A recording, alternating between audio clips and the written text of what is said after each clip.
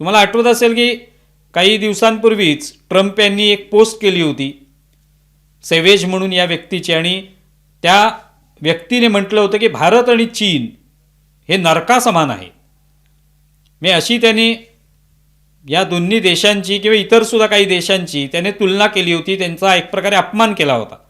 ती पोस्ट पुन्हा एकदा ट्रम्प यांनी आपल्या ट्रूथ सोशल हे जे त्यांचं हँडल आहे त्याच्यावरनं शेअर केली, आणि ती शेअर केल्यानंतर अर्थातच त्याच्यावर टीका झाली. अगदी इराणने सुद्धा अमेरिकेवर टीका केली.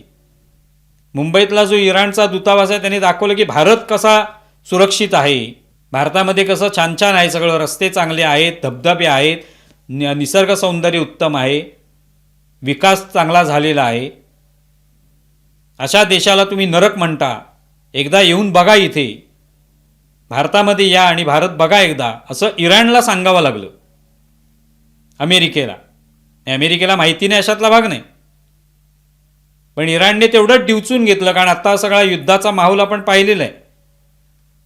त्याच्यात इराणने हे चिमटा काढला अमेरिकेला किंवा ट्रम्पना की तुम्ही एकदा भारतात या आणि बघा नीट भारत कसा विकसित झालेला आहे, अनेक सुधारणा इथे झालेल्या आहेत, अनेक ठिकाणं अशी आहेत जी बघण्यालायक आहेत आणि ज्याची जागतिक स्तरावर चर्चा होते, असं अनेक गोष्टी आहेत इथे, हे त्यांनी सांगितलं.